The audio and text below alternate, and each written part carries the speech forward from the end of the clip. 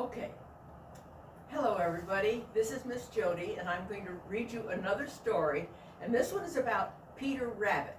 Now you realize there was a movie out recently about Peter Rabbit, and it told some of the story, and it mentioned a Mr. McGregor and a lady named Bee. Well, that's named after the author of these books, and her name is Beatrix Potter, and she wrote these books over 100 years ago. And this is, I just want you to know, you've seen pictures of Peter. So here's Peter, and here's his story. And then I have the story of his cousin, Benjamin Bunny. But this one will start out with Peter, by Beatrix Potter. Once upon a time, there were 4 little rabbits, and their names were Flopsy, Mopsy, Cottontail, and Peter. They lived with their mother in a sandbank underneath the root of a very large fig tree. "Now, my dear," said Mrs. Rabbit one morning, "you may go into the fields or down the lane, but don't go in Mr. McGregor's garden. Your father had an accident there, and he was put in a pie by Mrs. McGregor. Now run along and don't get into mischief." The mother, Mrs. Rabbit, said, "I'm going out." Then old Mrs. Rabbit took her basket and her umbrella and went through the wood to the baker's. She bought a loaf of brown bread and 5 currant buns. Flopsy, Mopsy, and Cottontail, who were very good little bunnies, went down the lane to gather blackberries.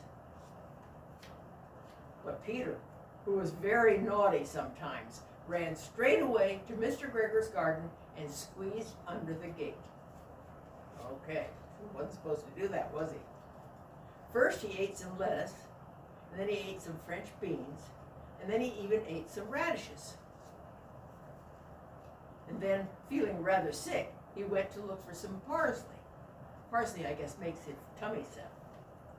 But round the end of the cucumber frame, who should he meet but Mr. McGregor, who was in the garden. Oh dear. Mr. McGregor was on his hands and knees, planting some young cabbages, but he jumped up and ran after Peter, waving his rake and calling, "Stop, thief!" because he realized that Peter had taken some of the vegetables.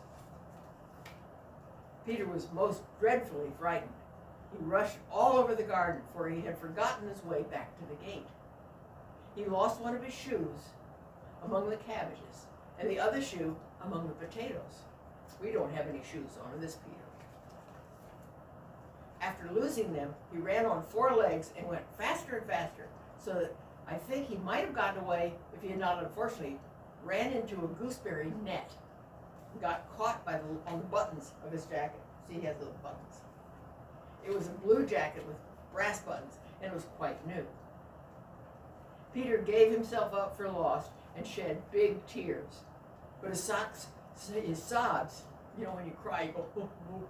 His sobs were overheard by some friendly sparrows, who flew to him in great excitement and begged him, please, to try and get uncaught. But Mr. McGregor came with a sieve, which he intended to pop over the top of Peter. But Peter wiggled out just in time, but leaving his jacket behind. Now, I'm not going to take his jacket off, but you can imagine he lost his jacket, and his mommy would not have been happy. But Peter rushed into the tool shed and jumped into a watering can. It would have been a beautiful thing to hide in, had it not had so much water in the watering can. Mr. McGregor was quite sure that Peter was somewhere in the tool shed, perhaps hidden underneath a flower pot. He began to turn them over carefully, looking under each. Presently Peter sneezed, "Kerchoo!" Mr. McGregor was after him in no time. Tried to put his foot upon Peter, who jumped out of the window, upsetting 3 plants. The window was too small for Mr. McGregor. He tried running back after Peter, and then he went back to work. Peter sat down to rest. He was out of breath and trembling with fright, and he did not know the least way how to get out of the garden. But he was also very damp, having been sitting in the watering can. After a time, he began to wander about, looking lippity-lippity, not very fast, but looking all around. You couldn't find your way, could you? No, you stay right there. He found a hole in the wall, but it was locked, and there was no room for a fat little rabbit to squeeze underneath. An old mouse was running in and out over the stone doorstep, carrying peas and beans to her family in the wood. Peter asked her the way to the gate, but she had such a large pea in her mouth she couldn't answer. She only shook her head at him, and Peter began to cry. Then he tried to find his way straight across the garden, but he became more puzzled. Presently he came to a pond where Mr. McGregor filled his watering cans. There was a cat staring at the goldfish, and she was very, very still. But now and then the tip of her tail twitched as if it were alive. Peter thought it was best to go away without speaking to the cat. He had heard about cats from his cousin, Benjamin Bunny.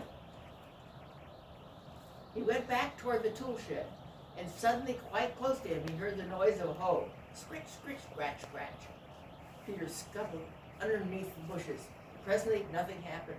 He came out and climbed upon a wheelbarrow and peeked over. You know, you have a wheelbarrow in a garden. The first thing he saw was Mr. McGregor hoeing onions. His back was turned toward Peter, and beyond him was the gate. Now, he could see Mr. McGregor, but he was behind him was the gate. Oh, dear. Now what's he going to do? Peter got down quietly from the wheelbarrow and started running as fast as he could along a straight walk behind some black currant bushes. Mr. McGregor caught sight of him at this corner, but Peter did not care. He slipped underneath the gate and was safe at last in the wood outside the garden. Okay. Mr. McGregor hung up the little jacket. See, Peter still has it on, but when he lost it, Mr. McGregor left it in the garden. And the shoes for a scarecrow to frighten away the blackbirds. Peter never stopped running or looked behind him until he got home to the big fir tree. He was so tired that he flopped down upon the nice soft sand on the floor of the rabbit hole and shut his eyes. His mother was busy cooking. She wondered what he had done with his clothes. It was a second little jacket that she had bought him in less than a week. I'm very sorry to say that Peter was not very well during the evening. His mother put him to bed and made him some chamomile tea. And she gave a dose of it to Peter, 1 tablespoon at a time for bedtime. But Flopsy, Mopsy, and Cottontail had bread, milk, and blackberries for supper. Now that's the part of Peter. But let me tell you about his cousin, Benjamin Bunny. Now Benjamin Bunny has a funny hat and a brown jacket. So he is Peter's cousin. Their fathers were brothers. I'm sure some of you have cousins, so you know how that works. So this is Benjamin Bunny's a continuation of Peter. So one morning a little rabbit sat on a bank. He pricked his ears and listened to a trot, trot, trick, trick, trot of a pony. A gig was coming, that's like a cart, was coming along the road. It was driven by Mr. McGregor, and beside him sat Mrs. McGregor in her best bonnet. Now that's the same one. As soon as they passed, little Benjamin Bunny slid down the road and set off with a hop, skip, and a jump to call upon his relations who lived in the wood in the back of Mr. McGregor's garden. That was a wood full of rabbit holes, and in the neatest, sandiest hole lived Benjamin's aunt and his cousins, Flopsy, Mopsy, Cottontail, and Peter. Old Mrs. Rabbit was a widow. She'd earned her living by knitting rabbit wool mittens. I once bought a pair at the bazaar. She also sold herbs and rosemary tea and rabbit tobacco, which we call lavender. Little Benjamin did not very much want to see his aunt. He came around the back of the fir tree and nearly tumbled on top of his cousin Peter. Now, Benjamin is now going to come talk to Peter. We know about Peter. Peter was sitting by himself. He looked poorly and was dressed in a red cotton pocket handkerchief. Peter, said little Benjamin, who got your clothes? Peter replied, the scarecrow in Mr. McGregor's garden, and described how he had been chased about the garden and dropped his shoes in his coat. Little Benjamin sat beside his cousin and assured him that Mr. McGregor had gone out on a gig, and Mrs. McGregor also, certainly for the day, because she was wearing her best bonnet. Peter said he hoped that it would rain. At this point, old Mrs. Rabbit's voice called, "Cottontail, Cottontail, fetch some more chamomile." Peter said he thought he might feel better if he went for a walk. So Benjamin and Peter went for hand in hand and got along the flat top of a wall at the bottom of the wood. From here they looked down into Mr. McGregor's garden. Peter's blue coat was plainly to see upon the scarecrow, topped with an old tam-o'-shanter of Mr. McGregor's. Now a tam-o'-shanter is a kind of a hat, you've seen them on French food, that sort of hangs down over here. So that was on the scarecrow. Little Benjamin said, "It spoils people's clothes to squeeze under a gate. The proper way to get in is to climb down a pear tree." Peter fell down head first, but it was no consequences, as the bed below was newly rigged and very soft. It had been sown with lettuce. We left a great many odd little footprints all over, especially because Benjamin was wearing clogs, which is a type of shoe, and you probably have those to wear to the beach. They're little solid shoes. They would leave a mark. Little Benjamin said that the first thing to be done is to get back Peter's jacket, in order that they might be able to use the pocket handkerchief. I don't know how. They took off the scarecrow. There had been rain during the night. There was water in the shoes, and the coat had sort of shrunk. Benjamin tried on the tam-o'-shanter, but it was too big for him because the tam-o'-shanter held more. But Benjamin wore that. That's what he's known for. Then he suggested they should fill the pocket handkerchief with onions as a little present for his aunt. Peter did not seem to be enjoying himself. He kept hearing noises. He had his coat on.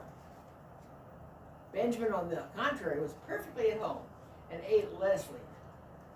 You sit still, Peter. He said that he was in the habit of coming to the garden with his father to get lettuce. Sit still. There. Benjamin got lettuce for Sunday dinner with his father. The name of little Benjamin's father was Old Mr. Benjamin. The lettuces certainly were very fine. Peter did not eat anything. He said he should like to go home.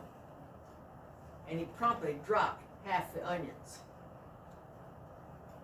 Little Benjamin said that it was not possible to get back up the pear tree with a load of vegetables. He led their way boldly toward the end of the garden. They went along a little walk on planks, so they weren't leaving any footprints, under a sunny red brick wall. There were mice at their doorstep eating cherry stones. They winked at Peter Rabbit and little Benjamin Bunny. Presently, Peter let go of the pocket handkerchief. He heard a sound. They got among flower pots and frames and tubs. Peter heard noises worse than ever. His eyes were as big as lollipops. He was a step or two in front of his cousin when he suddenly stopped. This is what those little rabbits saw around the corner. Little Benjamin took one look, and then in a half minute, less than half a minute, he hid himself and Peter in the onions under a large basket. This is what they saw. A cat. Now the cat is not very nice about the bunny, so we're going to sit him right here. Just be nice. The cat got up and stretched herself, and came and sniffed at the blank basket. Perhaps she liked the smell of onions. Anyway, she sat down on top of the basket with Benjamin and Peter inside. And there she sat for 5 hours. Now imagine a picture of a basket with the 2 little bunnies inside, but it was very dark, and a cat was sitting on top. The smell of the onions, it was fearful. It made Peter Rabbit and little Benjamin cry. The sun got round behind the wood, and it was quite late in the afternoon. But still, this cat sat. Can you imagine sitting on top of a basket with the bunnies inside? They were so scared.